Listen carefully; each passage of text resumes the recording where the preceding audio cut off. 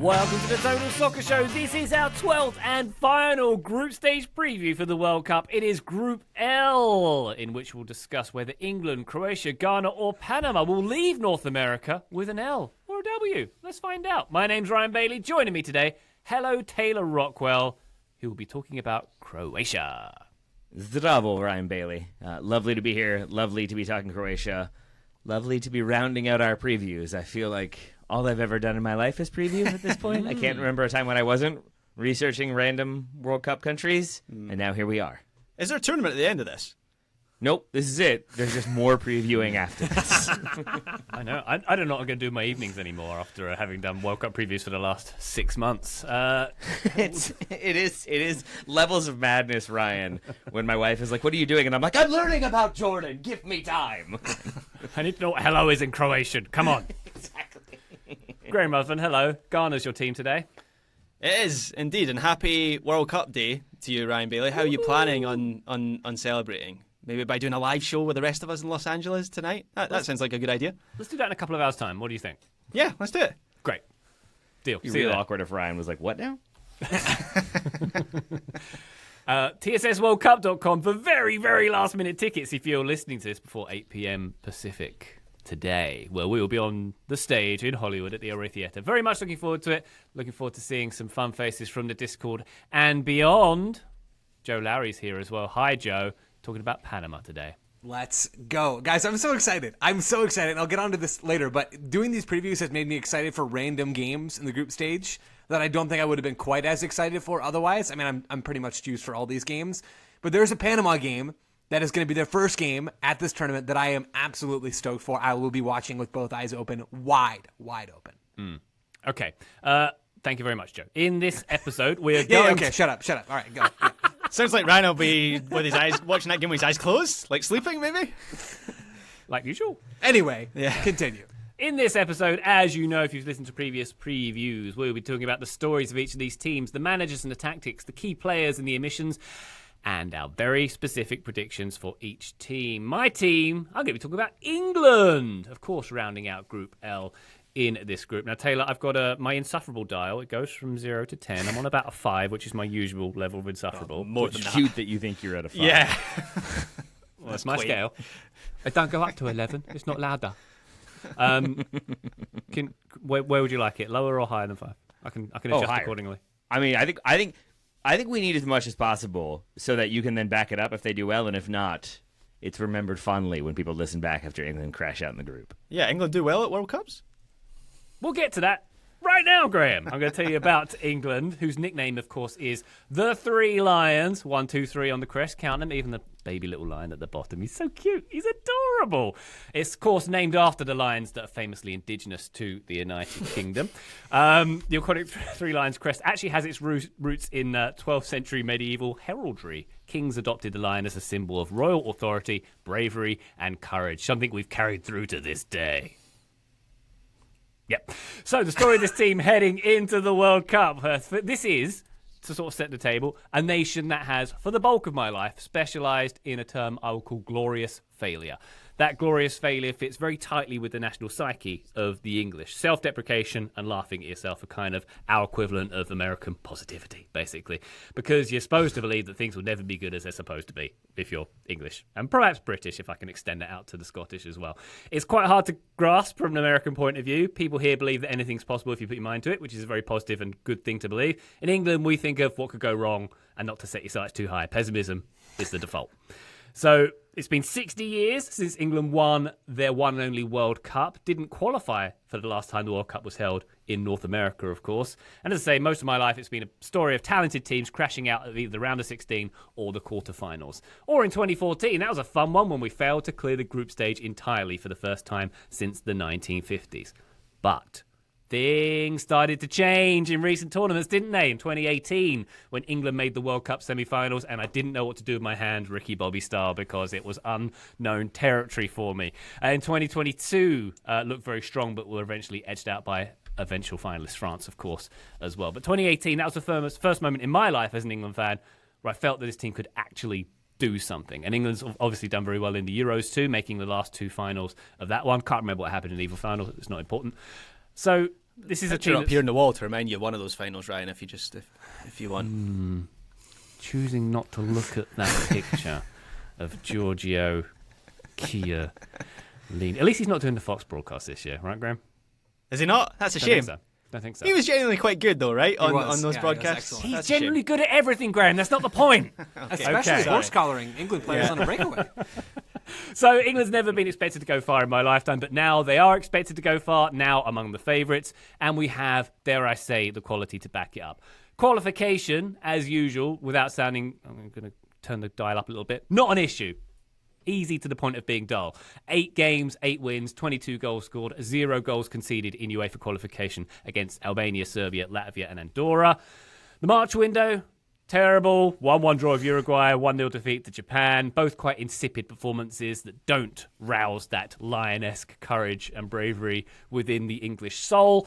The team played a tune-up against New Zealand in Tampa on Saturday. It was as uncreative and uninspired as the majority of England games when nothing's on the line, and sometimes when something is on the line. This team has a strong history going back many decades of stifling its maverick and creative players. I'm talking about your Glenn Hoddles, your Paul Gascoignes, even your Cole Palmers at the most recent European Championships. And by the composition of this squad, it looks like that rich, glorious heritage will continue in 2026. We'll see about that. This team will have played Costa Rica on Wednesday evening as well in another friendly, which I definitely know the result of because it's happened by the time we're recording this, but we don't need to talk about that. But there we go. Little table setter for England. Harry Kane exploded?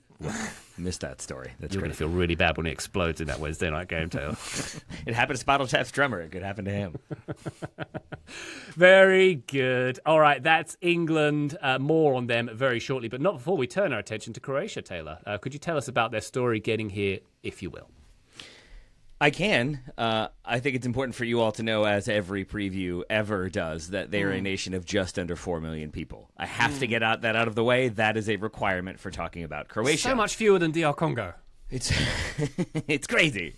I should also know a fact I learned. We have a universal item of formal clothing that came from Croatia. Croatian Picnic mercenaries in the 17th. Jockstrap. That's the one. Oh. What was yours? Jockstrap? Jockstrap. Croatian mercenaries in the 17th century France wore a distinctive knotted cloth around their necks, which Parisian fashion adopted and called à la Croate in the Croatian style, which then got corrupted into cravat and then the modern tie. Croatia still has a cravat regiment, where they still wear the decorative tie. So fancy. As a result, the checkerboard crest dates to the 15th century coat of arms. There's a lot of history when it comes to Croatia, appropriate, because some of their midfield also dates to the 15th century. I'll pause for laughter. Nice. Their nickname, the Vatreni, means the fiery ones because of their spirit and tenacity. I am calling them the Walter Whites because they cannot keep getting away with it. Every time you think they're done for, they find a way through. They're crafty veterans with almost too much experience in high-pressure situations. They're helped out by brash youngsters breaking through. And my original nickname for them was the Wild Bunch because this is their one last job. But it seems like that narrative is a little bit smashed because some of these players I think will stick around after this World Cup. And some youngsters are coming through to replace those veterans. They seem like they're in a pretty good position, Croatia. They were runners-up in 2018, third in 2022. So the question is what happens next and can the old guard still run? Your captain for Croatia is Luka Modric, 2,800 minutes last season, his most since his final season with Spurs in 2012. But he is 40 years old. He has 198 appearances, maybe 99 at this point for Croatia. So he might break over 200 in this tournament. Vice captain, the sprightly young Ivan Perisic at 37, 154 appearances for Croatia. Third captain would be Mateo Kovacic, 32. He played a whopping 130 minutes for Manchester City this season, 113 appearances, And finally, the baby boy, fourth captain, Andrej Kramaric, 34 years old. So if you add all those up, it's 143 years and 581 caps. It averages out to just under 36 years of age and 145 caps. So they've got an incredibly established and experienced group of captains there, and then some other veterans around them. Their fifth captain only has like the 80 caps. It is only 32. Hang on, Taylor. Do all teams have this many captains, or is this just a Croatian thing? I'm gonna assume it's just a Croatian thing, but I think I've seen like vice captain and fourth captain before. I think sometimes when you get like the ceremonial one where like it clearly isn't going to be the player who's playing, you'll have like the longest standing player as your captain, and then a vice captain, and then another one. Here, I do wonder if maybe they've got so many older players that none of them are going to be on the pitch at the same time or like near the end of the game. So you got to have some sort of line of succession in place. But the question remains, like, can this team punch above their weight? Can they spring surprises? Is it even a surprise at this point if it's Croatia who've made the runs that they've made? It's the same question we asked in 2022, and they did it there. So can they do it again? Spoiler alert, they can. But they failed to get out of their group at the last Euros. Is that a sign of what's to come? Spoiler alert, it's not. Marvelous. Excellent stuff. That's Croatia, everybody. The cravat and the history of the tie. That's marvelous. It is. That's my takeaway so far. Very much appreciate that. Graham, would you set? You're welcome. Graham, would you set the table for Ghana, please? I'd love to. So, as you say, Ryan Ghana are my team in this final group, and it's quite confusing that they are at this World Cup. More on that later. First, some quick facts about Ghana. Their flag is quite interesting. So it's red, gold, and green stripes with a black star in the middle. Apparently, the red represents the bloodshed in the fight for independence, the gold represents the country's mineral wealth, and the green represents its rich forests, and the black star signifies African freedom. So that's cool. That's one of the better explainers of a flag that I've heard. Another fact. Did you not hear about the lions thing? Oh, yeah, sure. Of course. Yeah. The native animal of England, the Correct. lion. Yeah, sure. Yeah. And slugs. I think that's the actual native animal of the UK. There's loads of them up here anyway. Another fact. The world's largest man-made lake is in Ghana. Lake Volta is 320 miles across, and it is completely man-made, which is a lot of digging to get that out of the ground. And one last fact, a lot of Ghanaians will get buried in coffins in the shape of animals, transport and food, because some believe that in the afterlife they will continue to work in the same job, and the casket will allow them to remember who they were and what they did. So if I was Ghanaian, apparently I would be buried in a soccer ball coffin or like a microphone coffin. I'm not entirely sure, but that's interesting. Didn't know that. Coffin's a big business apparently in Ghana. In terms of the national team's nickname, Ghana are called the Black Stars, and that comes from the black star on the flag I mentioned earlier, which represents black freedom. They also have it on, YouTube listeners will see here on the shirt there, the black star. As for the story of this team, as I mentioned at the top of this segment, it's a bit confusing at the moment because as recently as the last AFCON at the end of last year, Ghana were in a really bad place. They failed to qualify for that tournament, which was a big embarrassment. The national team was meant to be in a state of crisis. And yet, amongst all of that, they managed to qualify for this World Cup. And they did so quite impressively. They won 8 out of 10 qualifiers. And you could argue that they landed in one of the more favourable groups. They were dominant and finished 6 points clear at the top of their group. And yet, there is still a sense that this is a pretty weak Ghana team, at least by the standards they've set for themselves in the past. They failed to make it out of the group stage in Qatar. It's worth noting they won just one of their 3 games, and that was against South Korea at that tournament. But I think there is a fear that even meeting that level of performance might be beyond this Ghana team, who have continued the chaos even after qualifying. But more on that later. There's a bit more to this story, and I'm going to keep my powder dry for the manager and tactics segment. Like it. Very much appreciated, Graham. Joe, would you tell us about Panama? If you don't have a national anthem fact, I'm going to be very disappointed. I do. Had to go 12 for 12. The nickname for Panama is Los Canaleros, the Canal Men. Come on. That is just absolutely top tier. That might be my favorite of the 48 teams that we've had so far. One of the top national team nicknames out there, no doubt about it. Panama fact. The music for the Panamanian national anthem was written by a Spaniard, Santos Jorge. The lyrics, though, were written by Geronimo de la Osa, who was Panamanian, and whose brother was the mayor of Panama City. He also had an awesome mustache. Apparently, though, the people liked the anthem so much that despite the government giving them a chance to change it, in 1906 they kept it. So shout out the Spaniard and the Panamanian working together. There's another Spaniard involved with this national team that we'll come on to talk about a little bit later, who's been quite transformative. So maybe multiple throughout the history of Panama. The story of this team, heading into this World Cup, they're back, baby, and they're on the up. I truly believe that about Panama, at least this current iteration of Panama. They, for me, to start here, sort of as my thesis for this team, they are an underdog, no doubt about it. The game that I referenced earlier was that game against Ghana, Panama's first game in the group stage. If they don't win that game, I don't think they're moving on. Even if they win that game, they still might not move on, right? When you think about the makeup of this group. But this is a team that is undoubtedly an underdog, but doesn't play like a lot of the other underdogs of this tournament. Taylor, I'm thinking about your Uzbekistan preview from yesterday's show. A team that's going to sit deep, that's going to park the bus, that's going to run their socks off. Panama can do that, and they will do some of that stuff. But they're also more sophisticated on the ball than just about any other underdog that I think we've talked about on this entire World Cup 48-team field.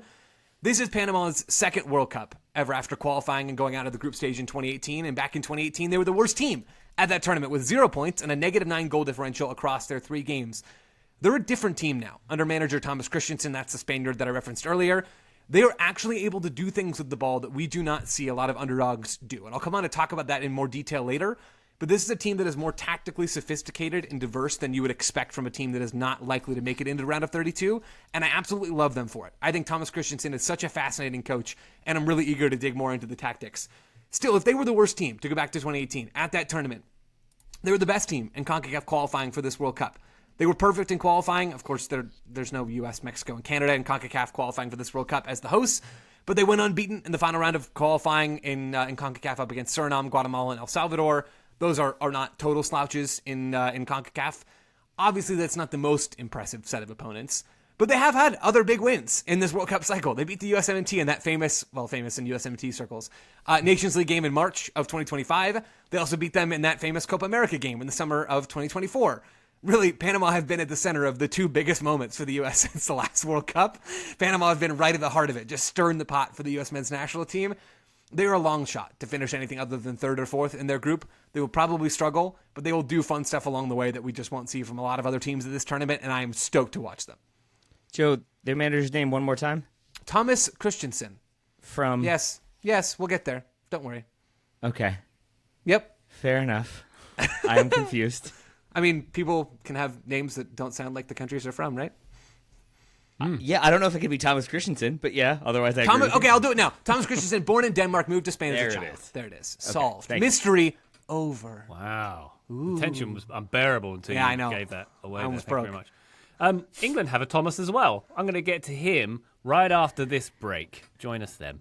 Total Soccer Show, we are previewing Group L. We're going to talk about the managers and the tactics now. I'm going to kick things off with England, whose coach is, of course, Thomas Tuchel, a German leading the England team, not unilaterally the most popular choice among the English contingent, but obviously he is a high-quality coach. This is his first international gig.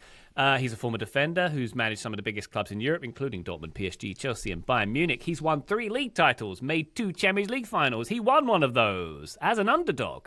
And of course, he has a Club World Cup under his belt. Gareth Southgate, the former England manager, was criticised for being quite risk-averse, quite dull in tournament play. But of course, he made 2 finals and the World Cup semis. So it worked quite well. So Thomas Tuchel has a very different style to Gareth Southgate. We'll get into that shortly. But it's looking to evolve out of the sort of ponderous, slow, slightly sideways passing-esque reign of Gareth Southgate. By the way, there is a clip online of Thomas Tuchel that's been going around this week of him giving a team talk, and it is quite rousing. It's quite good. It's not often that the English like to be commanded in a stern Germanic accent, but it does work very well. It's a very good clip indeed. Have you seen it, Graham? I knew you'd get a war joke in somewhere. In the shuffle dials on the other side of 5, I did tell you. Okay. It's, of course, doesn't escape notice that this is a controversial squad selection. No Cole Palmer, no Phil Foden, Harry Maguire, Jarrod Bowen, Real Madrid starting fullback. All of these guys left out. Players like Adam Wharton left out for the likes of Jordan Henderson. Jed Spence and Jarrell Kwanzaa, Dan Burn, Ivan Toney. Perhaps unexpected inclusions in this squad as well. 9 members of this 26 have no previous tournament experience. So slightly uncharted territory for the English in this one. But the idea is sort of moving the project on, as noted. It's about balance, it's about pragmatism and unity in this squad. I'll read you a Tommy Tooks quote. From day one, we were clear we were trying to select and build the best possible team, which is not necessarily to select and collect the 26 most talented players. Teams win championships. It's as simple as that. Everything I know and hear about international soccer is that it's about the team and the chemistry. And he's made some slightly interesting comments about the likes of Cole Palmer maybe not having the requisite attitude to fit into that team and unity, which is interesting. I think the TLDR is he's either a genius or he's created a huge rod for his back with this squad if it doesn't go as far as folks expect it to because of those selections. So what do we expect him to do? It's usually a 4-2-3-1 that goes into a 2-3-5 in possession, fullbacks pushing up. High intensity, possession focused, lots of direct passing, a bit more intentful and direct than the Gareth Southgate style. But obviously, it's a bit more risk and reward with Thomas Tuchel. The fullbacks pushing up, leaving space behind for the counter. It's more exciting than Gareth Southgate, but it will be riskier. There's also lots of competition for spots in this team. You've got your Harry Kanes who are locked in. I'm imagining Jordan Pickford locked in. You think Declan Rice and Elliot Anderson are probably in the pivot locked in. In fact, the defensive line, so probably it's going to be Nico O'Reilly, Mark Gehi, Ezri Konsa and Reece James at right back. It's the three players who will sit behind Harry Kane, which is where the curiosity lies, I think. You've got your Marcus Rashford, your Ollie Watkins, Rodgers, Bellingham, Anthony Gordon, Saka. A lot of high-quality options to go, not just in the 10, but in the sort of 3 behind the striker as well. Rashford versus Gordon might end up being the new Gerrard Lampard. Who knows? What exciting times ahead we all have. And they both might be at Barcelona next season, incidentally. So it's also going to be an interesting conversation whether it's Jude Bellingham or Morgan Rodgers in the number 10. We've seen Rodgers do very well in qualification in that spot, but Jude Bellingham is notably Jude Bellingham. So we'll see how that one goes. As noted, Tuchel, risky style, risky squad. If this team doesn't make the semi-finals, I think he's fired before the plane hits the tarmac at home. That's my prediction. If he's not, if it does make it and he goes the distance, he's the first German to get a knighthood. Yeah. There you go. I mean, that's the thing, right? He has been brought over. This is an England team that's made the final of 2 of the last 3 tournaments. They've been in semi-final in 2018, quarter-finals, losing to France in 2022. And whether it's fair or otherwise, he's been brought in to get England over the line. And if he doesn't, then I do kind of wonder what his future looks like coming out the other side of the tournament. Ryan, what's your vibe check on the England camp at the moment? Because my impression is that positivity seems to be at a premium right now. Maybe it's just the people I follow on social media, but you consider the talent that England have at their disposal. And I know Tuchel's made some contentious decisions with his squad, but nonetheless, you look through this squad and it's still one of the most stacked at this tournament. So they've got one of the best squads. They made the final of the Euros 2 years ago.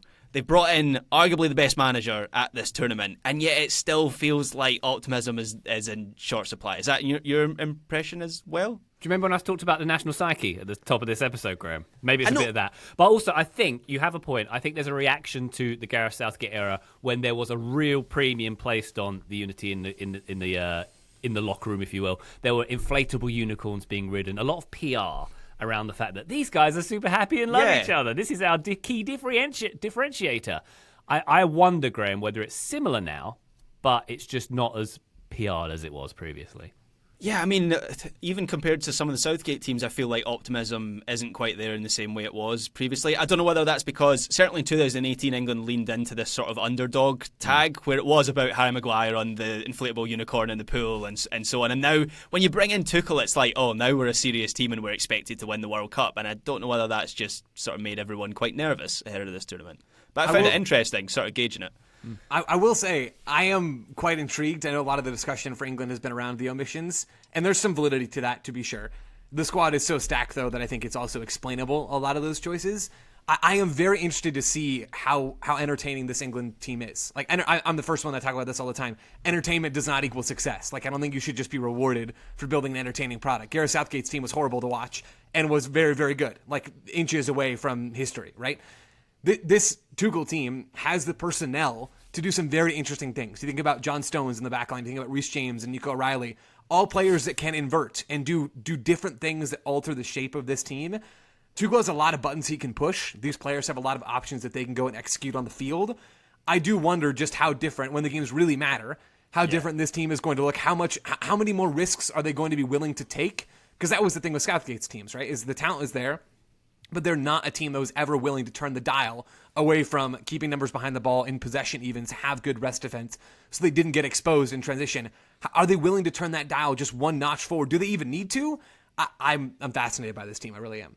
Yeah, I think one of Tuchel's biggest strengths as a coach, looking back through his career, is he's always been one of the best single game managers. So if he needs to come up with a game plan for a knockout tournament, we saw it with Chelsea against Man City in that famous Champions League final.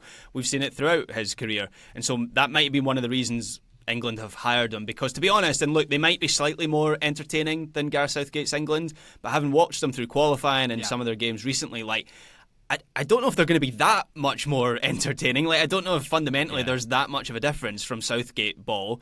I don't know if Tuchel was actually what people wanted after Southgate. Like, I didn't get the impression they wanted just a better version of Southgate ball. They wanted something entirely different. So it's fully on the line for Thomas Tuchel in a way that I don't feel about any other manager at this tournament. Definitely, yeah. I think evolution over revolution is what I would suggest for this England team. I think the one notch crank on the dial, as Joe said, is what I would suspect we'll see here. And but time what was that? Evolution over revolution. And to those words, Cole Palmer says, "Huh?"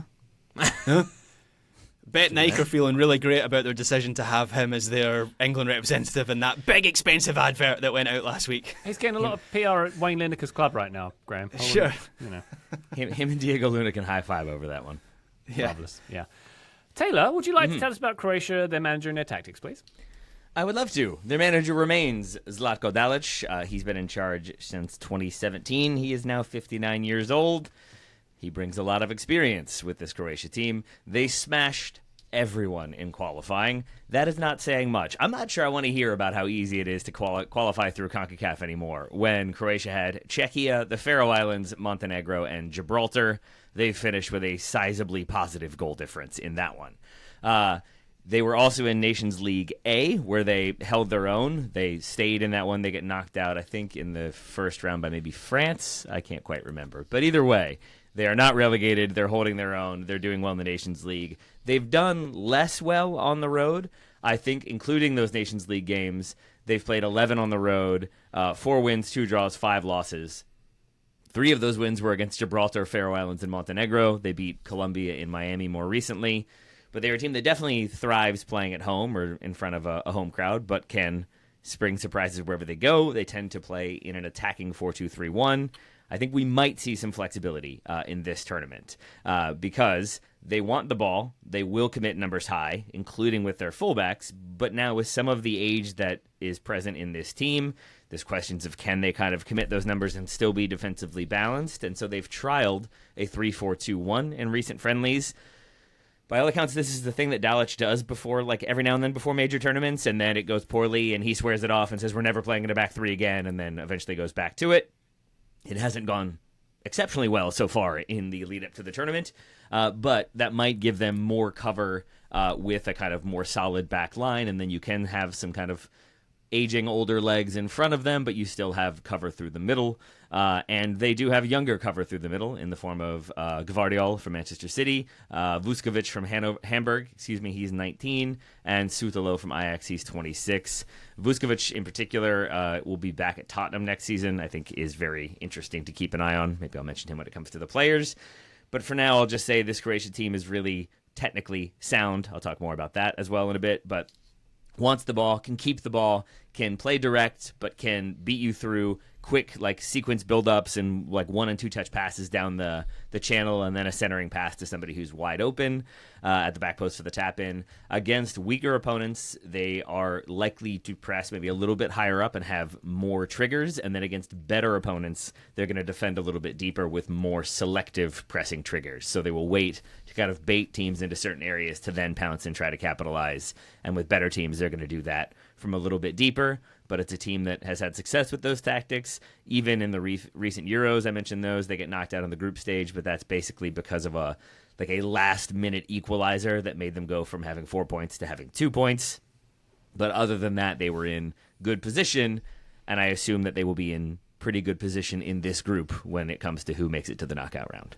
I would suspect so, Taylor. Graham, would you tell us about Ghana, please, their manager and their tactics?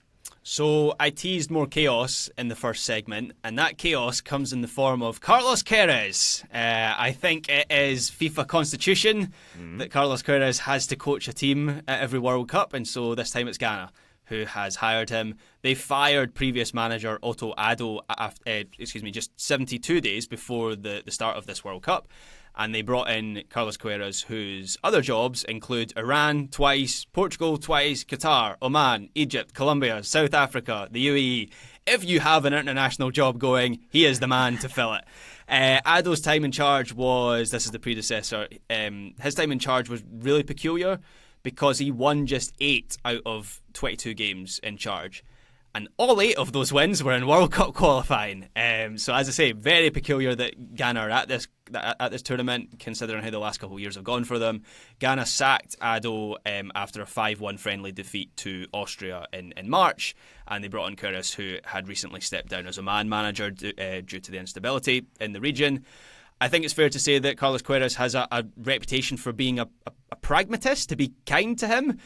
Watching his teams in the past have caused me to question whether this sport is actually worth it. So I don't know whether we should count on Ghana to be the most entertaining team at this World Cup. And also the sample size is tiny. Like, I found it really difficult to research this team because Queiroz has had just one match as Ghana manager heading into this tournament. But it looks like being a 3-4-2-1, as you would see on paper, with 2 floating 10s close to the central striker. And then it's the wing-backs who provide the width when going forward and in possession phases. There have been other games under Ado when it has been more of a 4-2-3-1 or a 4-1-4-1 with more wingers rather than those like dual 10s.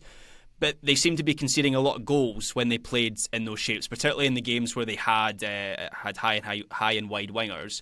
They were wide open whenever they lost the ball. And so I mentioned, like, Queiroz is known as a pragmatist. His teams haven't been the most entertaining. I think that's part of why he's been hired. He's been brought in to try and shore up some of those things in the way that he does. In terms of in their attacking sequences, they tend to be a team that puts a lot of crosses into the box. Their midfielders will position themselves quite high to pick up second balls. That tended to be the only way for them to attack. And they were decent at it, but that was the predominant approach that I saw. And then defensively, as I mentioned, they can be quite open at the back. They're vulnerable in defensive transition. Seems to be quite easy to get around their press. And then when opponents do that, they are into all kinds of space between the midfield and the defence of this Ghana team. So yeah, like their build up to this tournament, Ghana seem to be quite a chaotic team in how they play. And given that he's had one game in charge heading into this tournament, I don't know if even Carlos Queiroz will be able to quell that for this tournament. But I guess we'll see. Graham, if you're summarizing Queiroz as manager, though, am I correct in saying that he is a more defensive-minded coach, despite That's right. where he came through at club level? Okay, so do you think the idea then is basically stabilize the defense and then any attack we get as a bonus? I think that's the logic. Ghana have been so chaotic over the last couple of years, and some of that's been to their benefit. In World Cup qualifying, scored quite a high number of goals. They did have a favourable group, but nonetheless, that's tended to be their strength. But it got to the point where it was tipping over the edge, where going the other direction, they were just an absolute mess.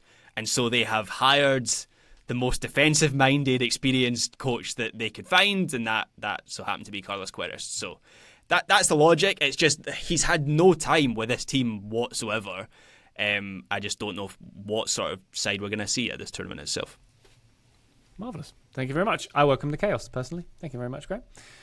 Panama, please, Joe. Manager and tactics. Yeah, it sounds like Thomas Christensen in this Panama situation is maybe the polar opposite of what Ghana have experienced. Christensen, 53-year-old, a manager, has coached Panama since 2020. So we have lots and lots and lots of tape on what his version of Panama looks like. I referenced it earlier, born in Denmark, moved to Spain as a child, speaks both English and Spanish, played in Spain for years, had 2 caps with the Spanish national team, then coached in Cyprus, coached Leeds in Union Saint-Gilloise, and then took over Panama. He played in Johan Cruyff's Barcelona setup, Thomas Christensen as a player, and that shines through to his coaching approach as far as I'm concerned. I've always been so impressed by Thomas Christensen's Panama teams, watching a lot of them over the years. They are quite organized and compact off the ball. Typically, that looks like a 5-4-1 setup. That's not the Barcelona bit. On the ball, they're very precise. With their off-ball positioning, they're very clever breaking presses from the opposition. They absolutely destroyed the U.S.'s press in that March Nations League game that sent Mauricio Pochettino's team into a sort of spiral that lost a few players their spots temporarily before they gained them back. In possession, it's a 3-4-3 with some really clean passing combinations. We won't get to see any of that, I'd imagine, against England. Maybe we'll get to see it only a very little bit against Croatia. I think against Ghana, we will see some real juice. what this Panama team does, and it's enabled by some of their players that I'm going to get onto shortly, with possession, I don't want to like overstate this, but it's not the kind of thing you see from a team that is not expected to get out of the group. Like they can do things with the ball that none of these other underdogs that I've seen anyway in any level of detail preparing my 12 teams can do. And from what it sounds like, from what you guys have said about your teams, it's not something that a lot of these other teams can do. They can build from the back and break through pressure with line-breaking passes, savvy off-ball positioning, and go and create chances at the other end. The quality probably lessens a little bit when you get into the forward line, and we'll talk about that. But man, I love watching this team. I think they are one of the most interesting underdogs to watch at this entire competition. And I know I'm usually the managers don't matter guy, and the players do deserve a lot of credit for this. I am a pretty big believer in Thomas Christensen. I had him on my U.S. men's national team short list before it became clear that U.S. soccer was swinging for the fences in a slightly bigger pool of fish. I would seriously consider hiring him and paying him quite well if I was an MLS expansion team, or heck, if I was the U.S. men's national team in about 3 weeks. Like, I think that's sort of the level of coach that Thomas Christensen is. It helps him that he's had so long to build this program, I think in a way that maybe having 2 cycle coaches at some bigger teams aren't so helpful. I think in his situation, in Panama's situation, it has been very helpful. I love how this team plays, and they're going to do some fun stuff. Love to hear it. Thank you very much, Joe. Very good. All right, let's take one more quick break. When we come back, we'll talk about the key players and the emissions from these squads and our final round of very specific predictions for this tournament. Join us then. Total Soccer Show, welcome back to our Group L preview. 12 groups in the final block. Here we go. Let's talk about the key players and the emissions for England to kick things off. Obviously, I've covered a lot of the emissions. Your Cole Palmers, Phil Fodens, Harry Maguires, Jared Bowens, Trents, etc. and so on.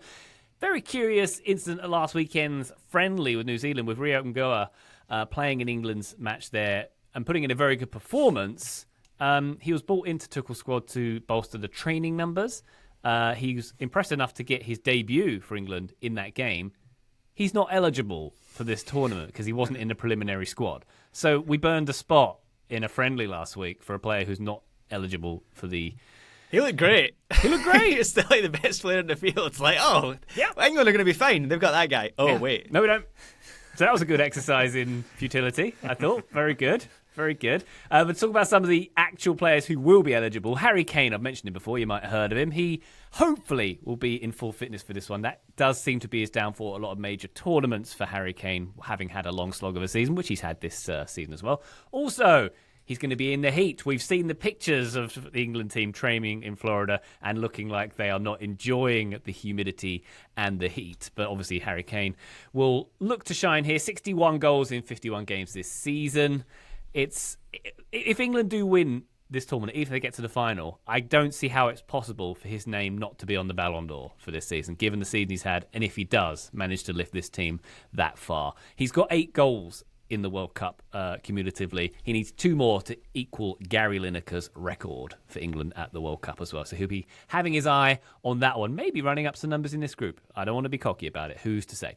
I think Declan Rice is a very, very big part of this team. Huge role in the defensive structure, obviously. Well, actually, for Gareth Southgate, he would have been asked to hold his position in front of the centre-backs a bit more than he will be under Thomas Tuchel. Obviously, he's got importance for defence, for the transition, for the style. Ball recovery is going to be a big part of what he does. Set pieces as well. We've seen him be quite good at those. Maybe he's going to get an opportunity with a few set pieces too. We'll see. But I think under Tuchel, we're going to see a Declan Rice who's a bit more dynamic than we've seen in previous England iterations. A bit more freedom to press, to recover those loose balls, to just go and have some fun. We're going to see hopefully a more fun version of Declan Rice is what we're hoping for there. Few players I mentioned who don't have tournament experience. 9 of this 26, one of whom, Nico O'Reilly. He's a very talented player. England haven't had a really world-class left-back probably since Ashley Cole, with all due respect to Luke Shaw. But Nico O'Reilly, 7 goals and 3 assists for City this season. Not always from the fullback position, we should note, but obviously one to look out for is Nico O'Reilly and the way this team will bomb forward from the fullback positions. Elliot Anderson is a very interesting one to keep an eye on as well. As I mentioned, likely in that pivot with Declan Rice in the midfield too. But I don't think he's a Forest player. I don't think he's going to be there very long because I think Man City are chasing him among others. I would think he's going to be one of the big summer transfers after this tournament, particularly if he has a good one. I think he might be the breakout star of this England team as well. He played his youth soccer for some other nation. I don't know who it was. Some weird one. We I don't cry. I cry. Sorry, Graham. It's fine. We've got Ryan Christie. He's the same. Yes. So yeah, and there's a lot of players I think who are depth options in this England squad who are very interesting because I'm not sure how many minutes they're actually going to get in this tournament. Obviously, there's 8 games to play if you go to the finals. There are a lot of minutes available, but your likes of Kobe Mainu, your Noni Maduekes, your Eberechi Eze's, all super high quality Premier League players who might not see much of the field at this tournament. So I'm going to be very interested to see if they are depth, if they are late sub options in this team. Those kind of players do. A lot of depth in that sort of attacking midfield area, as you're no doubt aware, for England. That leads me to my very specific prediction. It is Declan Rice oriented. Declan Rice will finish the tournament with at least 42 ball recoveries. That's going to be the highest of any England player. That's going to put him right at the top of midfielders at the World Cup. 42 ball recoveries. That would fit my idea of the Rice role, the emphasis on defensive structure, but also, the transition and picking up those loose balls, sweeping up the transition from the opposition there. Euro 2024, he had 41 ball recoveries in 7 games. That's 7 games got England to the semis in that tournament, so average of about 6 per game. That's why I'm going for an average of 6 per game in this tournament. 42 ball recoveries in theory. I'm being very optimistic about how far England will go in this one. I would imagine it's going to be like your players like your Rodris, who might get a higher number than Declan Rice in this tournament, but that's what I'm going for. I think he's going to be very, very important to England's progress in this tournament. Just to clarify the language as we all fight for the golden shoey, are you saying that he will be first among midfielders in ball recoveries, or that he'll be I'm near just giving the you the top? number, bro. Just 42. Okay, 42. You also, okay, all right, 42. That's the number we're looking for. Not less, not more, or 42 or At more? least. Minimum. Okay, at least 42. Excellent. Not exactly. That would be wild. Yeah, bold. That would be very specific. No, this is good. That's what you should do, actually. Maybe we should do ESP's extremely specific predictions. That could be the next level. I like that. Very good. England, don't let me down. Taylor, Croatia, please.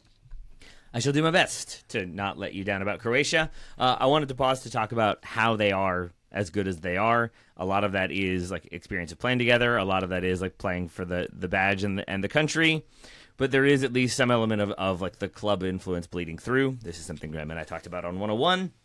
But Dinamo Zagreb has one of the best academies in Europe, and I think it's one of like maybe the least covered as we talk about La Masia and the like.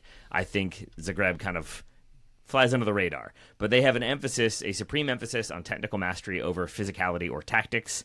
They use a rigorous scientific methodology that monitors biological versus chronological age, and that famously protects late bloomers, aka players who are small for their age but technically gifted, looking in your specific direction, Luka Modric. They have a massive talent identification network as well, and the resources to pull in youngsters from all over Croatia.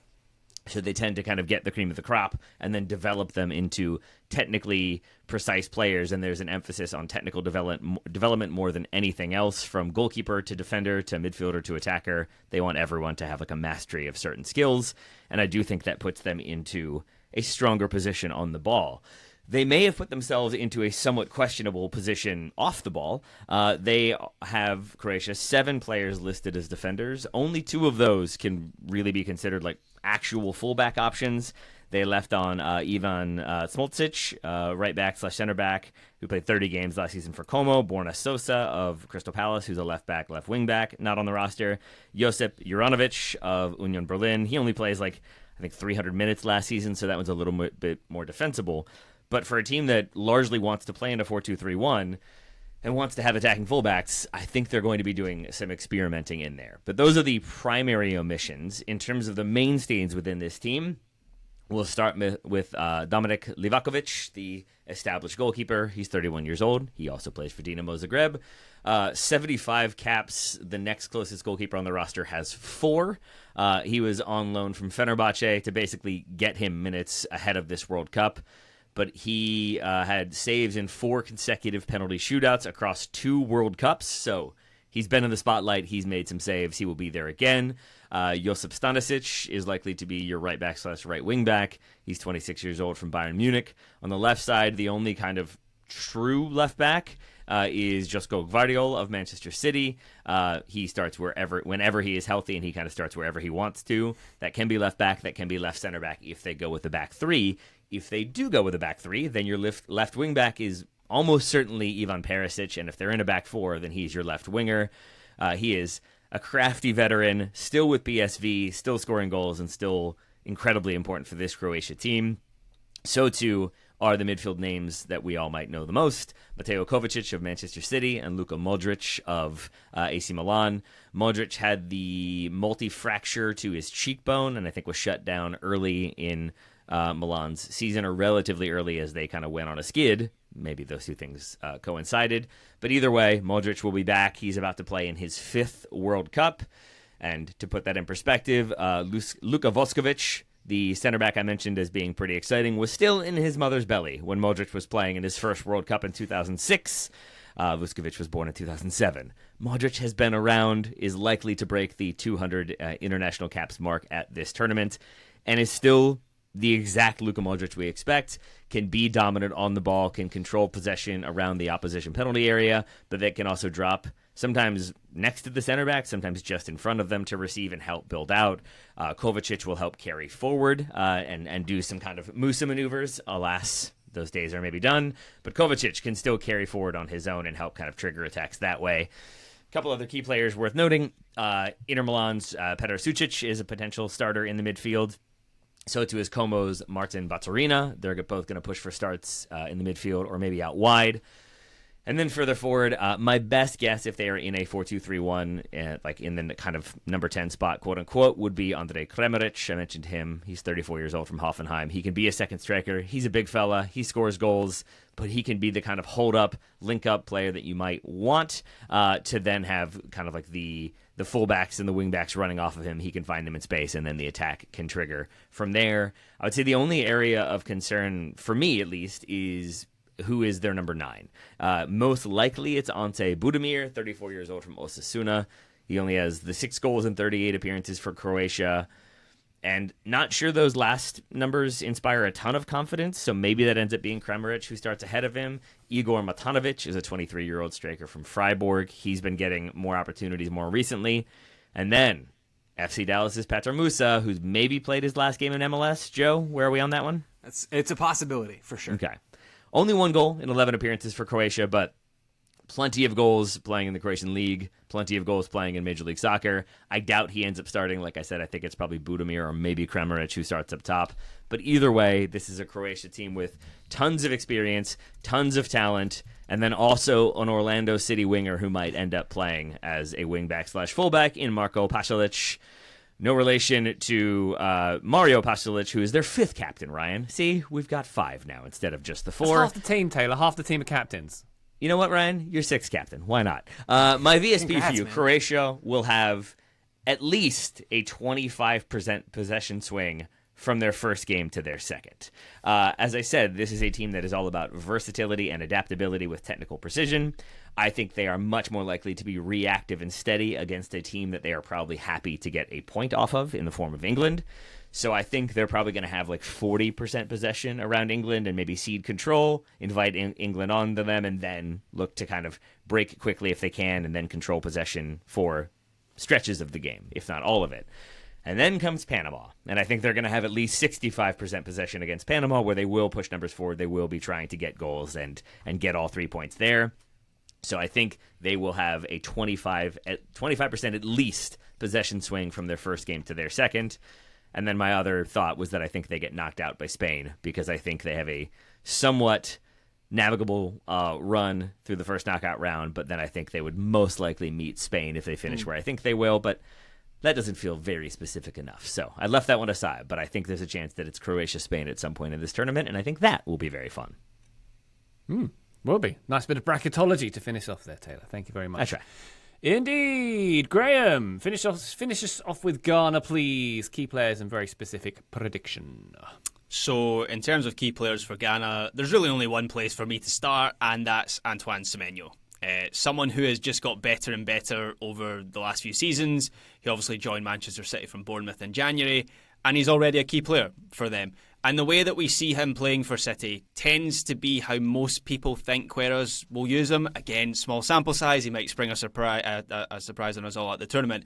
But it seems like he will be the left-sided 10 behind the striker, which is a role that Semenyo has played for Manchester City. From there, he has the freedom to drift wide, but he can also get in between the lines centrally.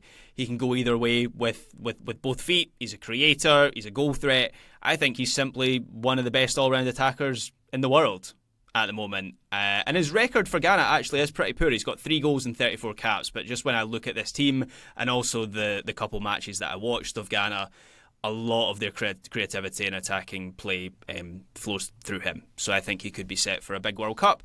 The right-sided 10 in this system should have been Mohamed Kudus, which would have given Ghana even more quality in that area. That would have been one of the best forward lines, at least in terms of like the attacking midfielders or the wingers, in this entire tournament. But he will unfortunately miss this World Cup with a quad injury, which is a real blow.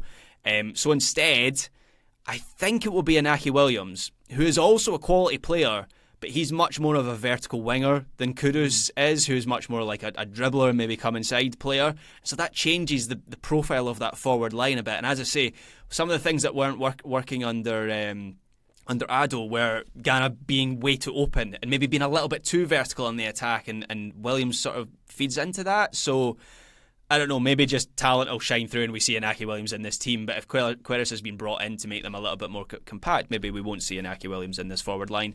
In central midfield, we have an elephant in the room to address, and that is Thomas Partey, who is in this squad despite being due to stand trial in the United Kingdom on rape and sexual assault charges. The trial was originally scheduled for November, but it's now been delayed until early 2027, so that is still ongoing. Many people, including myself, believe Partey shouldn't be included in this Ghana squad for the World Cup. He will be a starting figure for them in central midfield. At the back, I think it will be, again, small sample size, so it's a lot of guesswork here with this Ghana team, but I think it will be Gideon Mensah, Jonas Ajeti, and possibly Kojo Apong. It could be all 3, it could be 2 of them. All 3 of them have ability. They all play at a good level in Germany or France. But the way that the wing-backs work, the way that they get forward, it can leave them exposed. Also, a lack of protection from midfield has been an issue for this team in the past. Just finally, in terms of squad members, I don't anticipate he'll play a huge role for this team, but I have to mention Derek Lucassen, who is the brother of Brian Brobby. The bro of Mr. Brobby, if you will. Robbie. Different surname, but it's his brother. So that is fun. And that brings me to my VSP, and that is, just looking through my notes here very quickly, apologies, also seamless until I got to the very last bit of the last preview. Here it is, sorry. I don't see a team that shares a lot of their their limited attacking threat around, and one player I haven't mentioned yet is 34-year-old Jordan Ayew.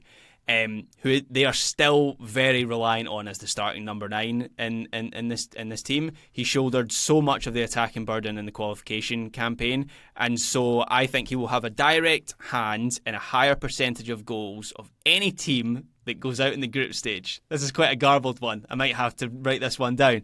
But basically, of all the teams that go out in the group stage of this tournament, I think Jordan Ayew will have a higher percentage of a direct hand in their goals. Does that make any sense? Do you get what I'm saying there? But I think they are very, very reliant on him, and just generally not very positive about Ghana. Despite the talent that they have, like in the attacking third, they've just had a really chaotic preparation for this tournament, and I don't know if Queiroz will be able to pull it all together on the night. All right. Thank you very much, Graham. You've inspired a quick quiz in me. There are 8 pairs of siblings at this World Cup. Can anyone name any other pairs? Wow. So there's a Scottish one.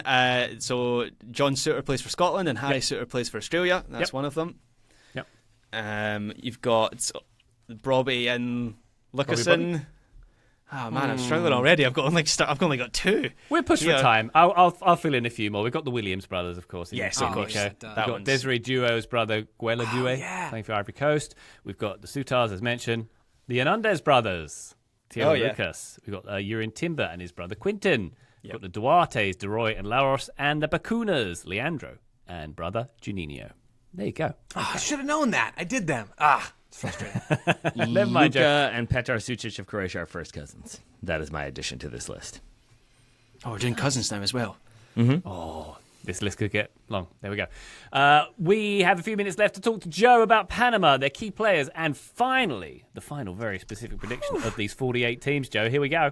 I'm honored, and I'll even just have it ready to go. I'll have it just in the next line of my notes. It's just going to be really special and different. Key players and omissions for Panama. Perhaps the only real notable omission is Botafogo teenager Kadir Barria, 18-year-old who made his debut in the Brazilian top flight for Botafogo in September. Newsflash, Panama don't tend to have players playing for clubs as big as Botafogo, so that did make some waves. He has 5 caps with Panama, Barria, and could have been quite useful this summer, as Panama do lack some quality in the attack, but he has been left at home. Still, there are some impressive chance creators here, and these are the players that I think really make Thomas Christensen's system possible. Without them, he's not bringing as much value. Anibal Godoy, San Diego FC's own, and Coco Carrasquilla, Pumas' own, formerly of the Houston Dynamo in Major League Soccer. Those guys run this team, and they run it as the double pivot when they're both healthy and available. They are a huge part of what makes this group so much fun. 2 of the best ball-controlling midfielders you'll find on a non-elite national team. They would probably both be in the U.S. men's national team roster. I think Carrasquilla certainly would. I'm not 100% sure about Godoy, but his skill set is so valuable for what Panama like to do. San Diego are the most build-up heavy team MLS has ever seen, and Godoy is one of the linchpins of that setup, and he is very similar for Panama. He's an ageless wonder at 36, so reliable deep in midfield, does not really turn the ball over, also still has some bite to him, even at that 36-year-old age.